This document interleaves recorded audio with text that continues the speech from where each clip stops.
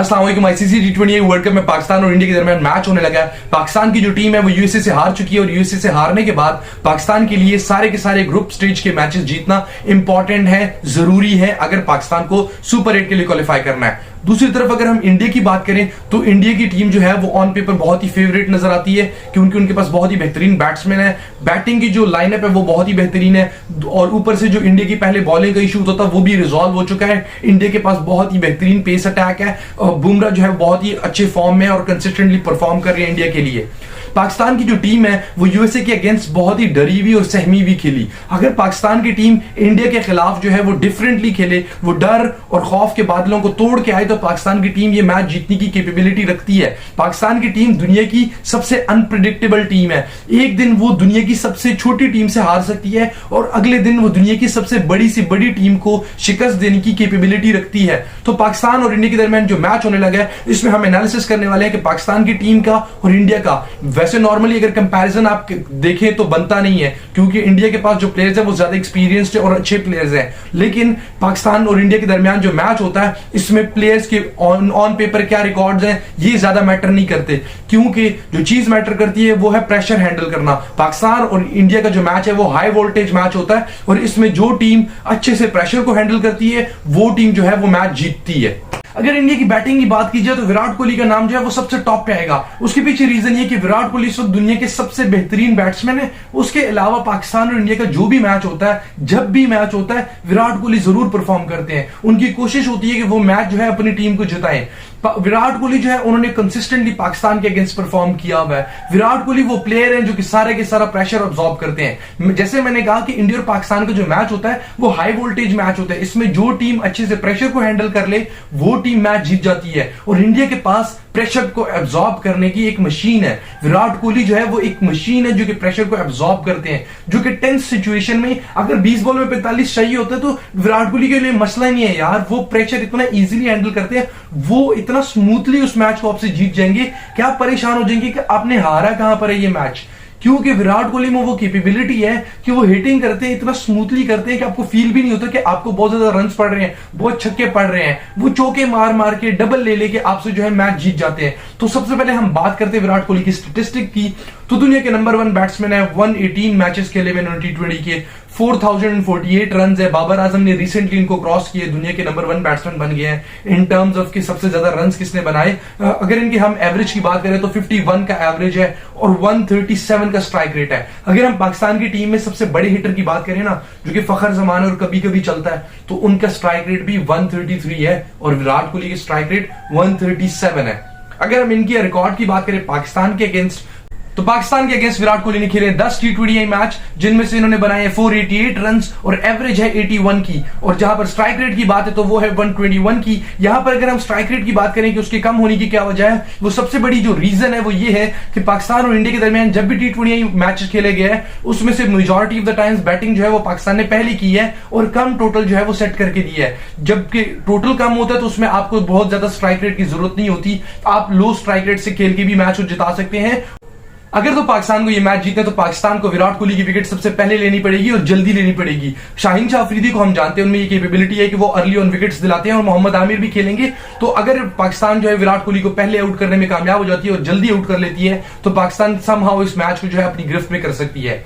Next हम बात करते हैं रोहित शर्मा की। रोहित शर्मा जो है वो 152 जो है T20 मैच खेले हैं जिसमें से उन्होंने बनाए हैं 4026 रन, 4026 रन, और अगर हम इनकी एवरेज की बात करें तो 32 की एवरेज है और स्ट्राइक रेट जो है वो 140 का स्ट्राइक रेट है, बहुत ही अच्छा स्ट्राइक रेट है। अगर हम इनके रिकॉर्ड की बात करें पाकिस्तान के अगेंस्ट तो पाकिस्तान के अगेंस्ट उन्होंने खेले 5 T20 मैच जिनमें उन्होंने बनाए हैं 68 जो है रन और 17 की एवरेज है और स्ट्राइक रेट भी बहुत कम है, 121 का है। तो पाकिस्तान के अगेंस्ट रोहित शर्मा जो है वो कोई खास मेजर परफॉर्मेंस देने में अब तक कामयाब नहीं हुए। नेक्स्ट अगर हम बात करें तो ऋषभ पंत आते हैं। ऋषभ पंत जो है उन्होंने 67 मैचेस खेले हैं, 1023 रन बनाए हैं, 23 की एवरेज है, 23 की एवरेज है और 126 का जो है वो स्ट्राइक रेट है। तो ऋषभ पंत भी जो है वो हार्ड हिटिंग करते हैं और अच्छे बैट्समैन है। नेक्स्ट हम बात करते हैं सूर्य कुमार यादव की। सूर्य कुमार यादव बहुत ही डिस्ट्रक्टिव बैट्समैन है। 66 जो इन्होंने मैचेस खेले हैं, 2141 रन है, 2141 रन है और 45 की एवरेज है और स्ट्राइक रेट इनका शॉकिंग है, 170 का स्ट्राइक रेट है।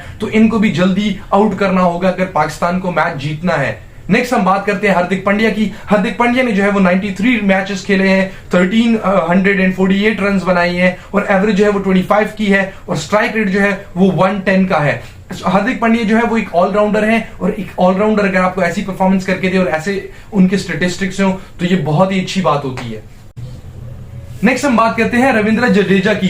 जडेजा अब तक 67 मैचेस खेल चुके हैं जिसमें से इन्होंने 480 रन बनाए और 22 की एवरेज है इनकी और 125 का स्ट्राइक रेट है। रिसेंटली बहुत ही अच्छी हिटिंग करने लग गए हैं जडेजा, तो इंडिया की जो बैटिंग लाइनअप है वो बहुत डीप होती जा रही है। इनके बाद है अक्षर पटेल। अक्षर पटेल भी बैटिंग कर लेते हैं। इन्होंने अब तक 53 मैचेस खेल चुके हैं, 361 रन बनाए हैं, 19 की इनकी एवरेज है और 144 का स्ट्राइक रेट है। अब हम बात करते हैं पाकिस्तान की बैटिंग की। अगर पाकिस्तान की बैटिंग की बात की जाए तो बाबर और रिजवान को पाकिस्तान की बैटिंग का सबसे मेजर पिलर समझा जाता है। अगर ये दोनों खड़े रहते हैं और परफॉर्म करते हैं तो पाकिस्तान की जो टीम है उसके जीतने के चांसेस बहुत ज्यादा हो जाते हैं। जब भी पाकिस्तान में बाबर और रिजवान परफॉर्म करते हैं वो मैच पाकिस्तान जीतता है मेजॉरिटी ऑफ द टाइम्स। तो बाबर की तरफ सबसे पहले हम बात करते हैं क्योंकि बाबर आजम पाकिस्तान के कैप्टन भी हैं और दुनिया में बहुत ज्यादा ट्रेंडिंग में भी रहते हैं कि बाबर और विराट, लेकिन विराट कोहली के साथ ऑब्वियसली बाबर का अभी कोई कंपैरिजन नहीं बनता।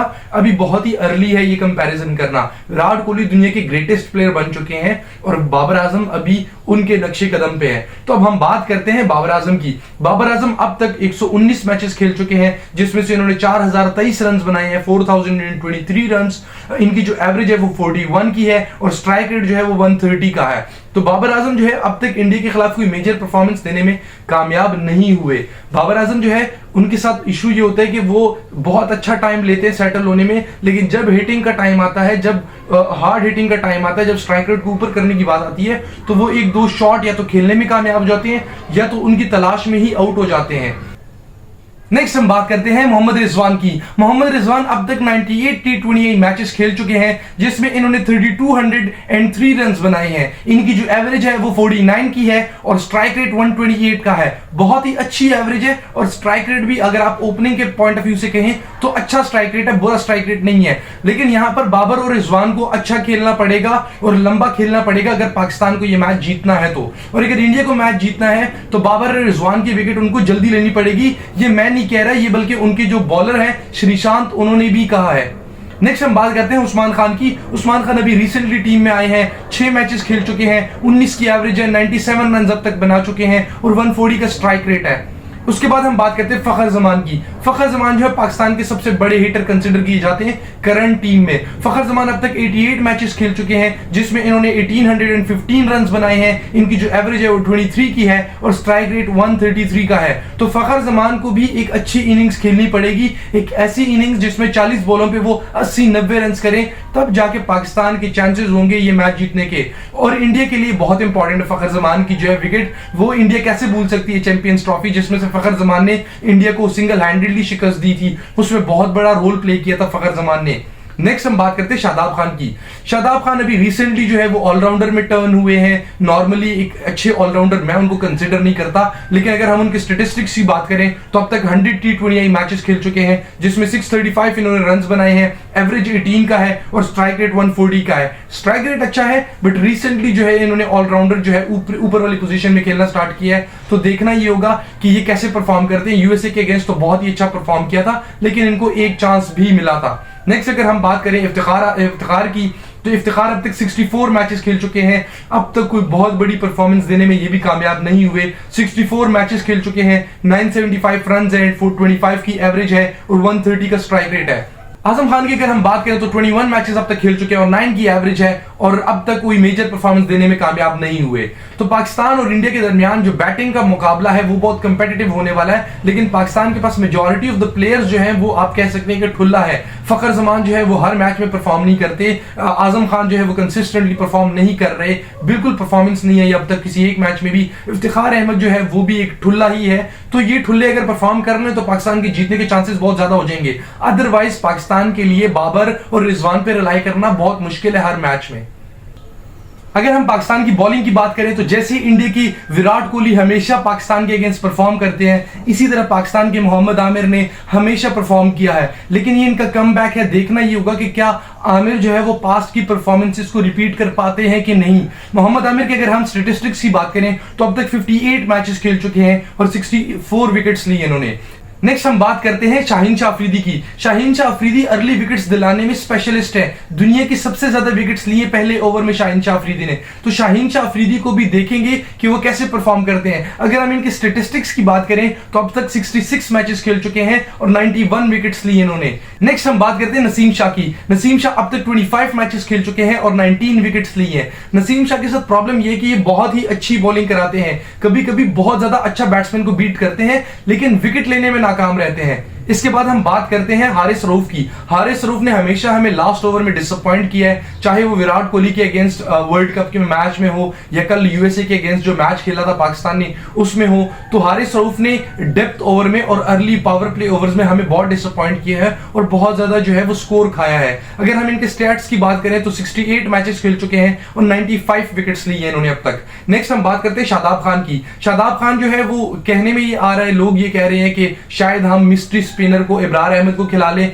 लेकिन मुझे नहीं लगता कि इब्रार को हम खिलाएंगे, क्योंकि शादाब खान के साथ हमें एक एज मिल जाता है कि वो थोड़ी बहुत बैटिंग कर लेते हैं और पाकिस्तान को बैटिंग में डेप्थ की जरूरत है, क्योंकि पाकिस्तान के पास कोई अच्छी बैटिंग लाइनअप है नहीं, बहुत ज्यादा ठुल्ले हैं, अगर चल गए तो चल गए, नहीं चले तो नहीं चले।